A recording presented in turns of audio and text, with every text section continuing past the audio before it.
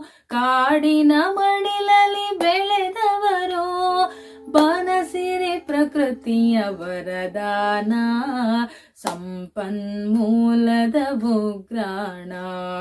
ವನಗಳೇ ಮುಕ್ತಿಯ ತಾಣಗಳು, ಬದುಕಿಗೆ ಶಕ್ತಿಯ ಕೇಂದ್ರಗಳು. ವನಗಳೇ ಮುಕ್ತಿಯ ತಾಣಗಳು, ಬದುಕಿಗೆ ಶಕ್ತಿಯ ಕೇಂದ್ರಗಳು. ಕಾಡುಗಳಿಲ್ಲದೆ ನಾಡಿಲ್ಲ, ಕಾಡುಗಳಿಲ್ಲದೆ ನಾಡಿಲ್ಲ.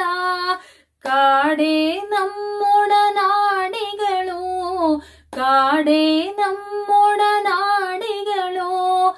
ಬನಸಿರಿ ಪ್ರಕೃತಿಯ ವರದಾನ, ಸಂಪನ್ಮೂಲದ ಭೂಗ್ರಾಣ. ಹಸಿರೇ ಉಸಿರು ಎನ್ನೋ